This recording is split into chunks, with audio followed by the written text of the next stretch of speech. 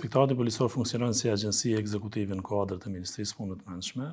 Ne raportojmë për aspekte menaxherale të Ministrisë Punëve të Brendshme, mirë për në aspektin e veprimeve operative jemi të pavarur për shkak të autorizimeve ligjore që na jep ligji dhe jemi gjithashtu të obliguar që të zbatojmë dispozitat e kodit të procedurës penale dhe të veprojmë sipas udhëzimeve të prokurorëve. Sa i përket hierarkisë dhe strukturës policore, jemi tërësisht pavarur nga Policia e Kosovës, nuk ka asnjë ndërlidhje të strukturës apo ndikimit të policisë në Inspektoratin Policor të Kosovës dhe besoj që këtë thashë kemi dëshmuar që kemi funksionuar tërësisht si institucion i pavarur pa ju nënshtruar çfarëdo lloj ndikimi që mund vjen prej veprorëve të lartë të policisë. Flasim tash pak më shumë për atë që intereson përveçse publikut për shkeljet që ndodhin nga Policia e Kosovës për korrupsionin dhe në përgjithësi për integritetin. Në perceptimin publik shpeshherë përmenden rishfeti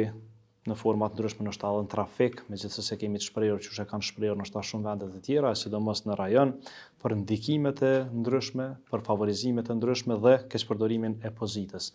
nga ana e zyrtarëve policor. Sipas IPK-s, cilat janë format më të shpeshta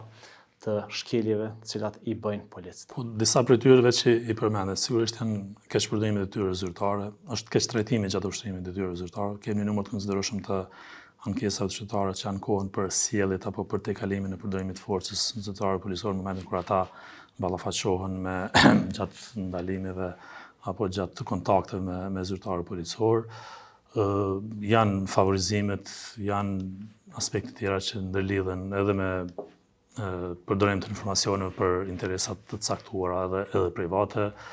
Janë përfshirë në aksidente të trafikut, e zyrtarëve policor, janë raste që lidhen me dhunën familje, mirë po keqpërdorimi i detyrës zyrtare dhe keqtrajtimi gjatë ushtrimit të detyrës zyrtare, këto janë raste më tipike që përfshihen zyrtarët policor. Ne kemi pasur operacione të mëdha që kemi adresuar pikërisht korrupsionin në policinë e trafikut dhe në policinë kufitare që janë njësi të ndoshta që më shumë i ekspozohen këtij lloj korrupsioni edhe për shkak të kontaktit më të madh që kanë me qytetarë dhe të përshkrimit të detyrave tyre që janë kryesisht në rrugë apo në pikat kufitare ku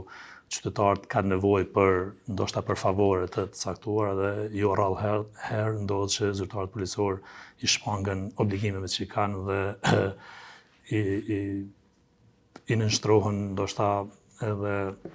favorizimeve dhe për shkak të favorizimeve mund të bëjnë edhe tejkalimit të detyrës apo mos veprim sipas detyrave që kanë përcaktuara. Mirë po duhet të thënë që